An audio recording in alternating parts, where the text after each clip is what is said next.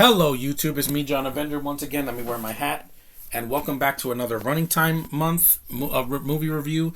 This is, since it's Chinese New Year, aka Lunar New Year, the year of the rabbit, I wanted to review something from their country, so you know that represents them.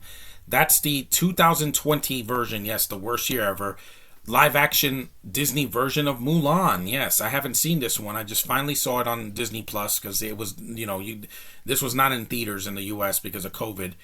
And I didn't see it when it came out on Disney Plus in 2020 because that year I was not in the mood. I finally saw it, and it was fine. I'm not gonna say it's horrible because there are things about it I did like, and that's more than I can say for some of the other remakes that Disney has done, or their live action disasters like Tomorrowland and the Jungle Cruise movie and all that. No, it's not that. Trust me, I know when I hate a movie. You can see it on my face. The film is beautifully shot. It's got great cinematography, gorgeous colors with the costumes, the makeup. The Asian girls are fantastic, unbelievably beautiful. It's to be expected, guys. I am a guy that loves Asian girls, so that was a given. The actress that plays Mulan, Yuffie Liu, has gorgeous dark hair, and I love that. The fight scenes are fine. There's no blood. I wish there was blood because it's a PG-13 movie. You can show blood in a PG-13 movie. There's a little bit when the sorceress with the falcon hand like scratches Mulan. There's some blood, but that's about it. Some of the effects are okay. It wasn't 2 hours. I'll say that. It was like an hour and 43 minutes, so this counts. But there's problems. It's a little bit slow in the beginning, and also making Mulan perfect in the beginning was a step down. Because in the beginning, she's like jumping on the buildings like she's a freaking Jedi or a spider person. And I'm like, yeah, that could have been cut out. You didn't need to show Mulan as a little girl. They could have just got right to her as an adult or a teen or whatever. I don't know how old Mulan was in the animated version.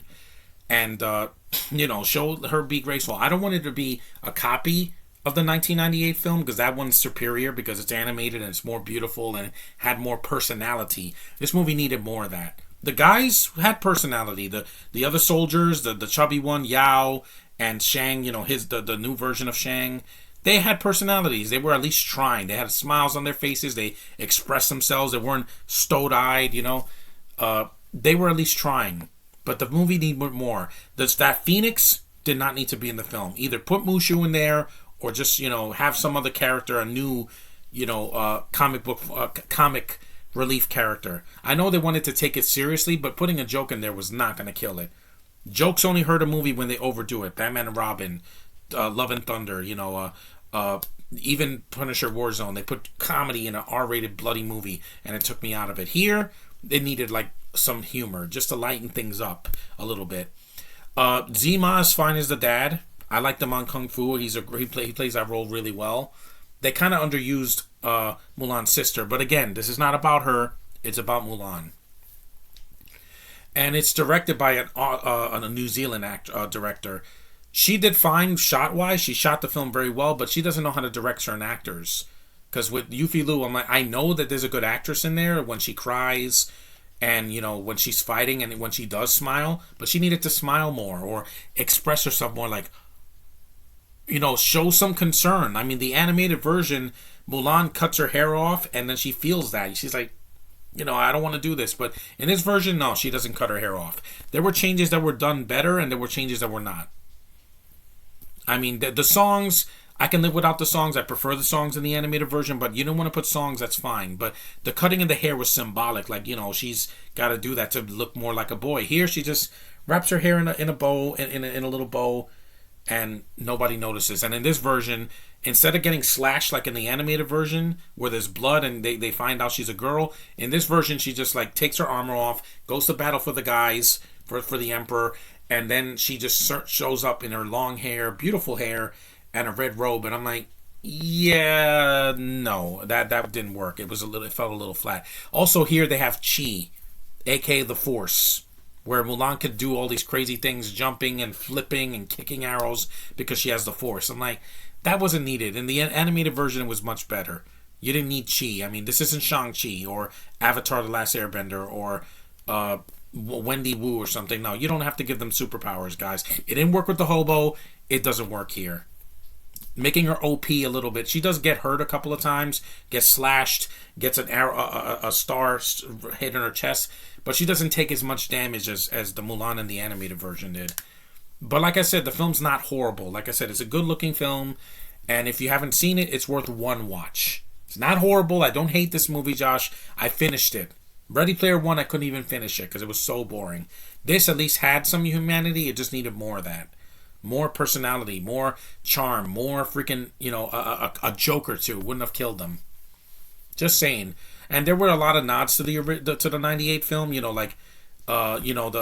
There's references, constant references. You have Ming Na in a cameo, of course, because she's the original Mulan from the Disney animated version. And they reference, I don't care what she looks like, it's what she cooks like. That's from the song, A Girl Worth Fighting For.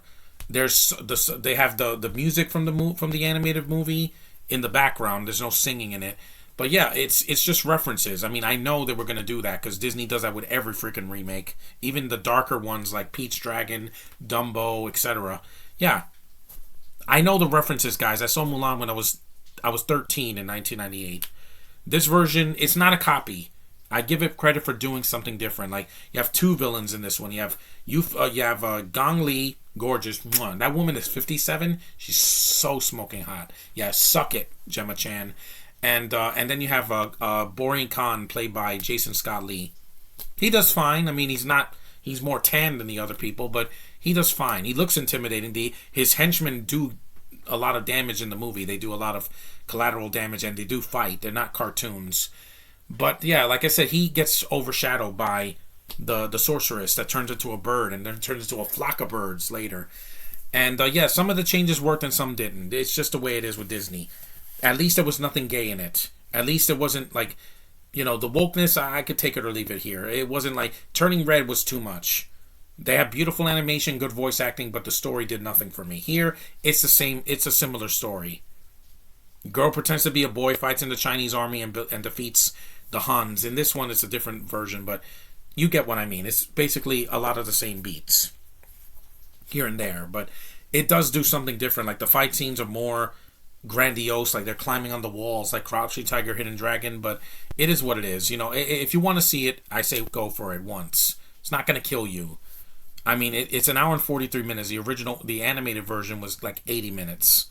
And let's face it, Eddie Murphy stole that animated version. The Phoenix here doesn't even talk. It just flies over like a Pokemon, like Ho-Oh, and doesn't do anything. So I'm like, that's a wasted opportunity. But if you want to watch this, hey, it's nice looking. So at least you'll get a visual experience out of it.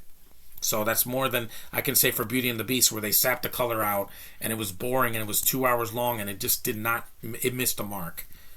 It had one good song, but that's it. Here, at least I liked looking at it more, so it's better than nothing.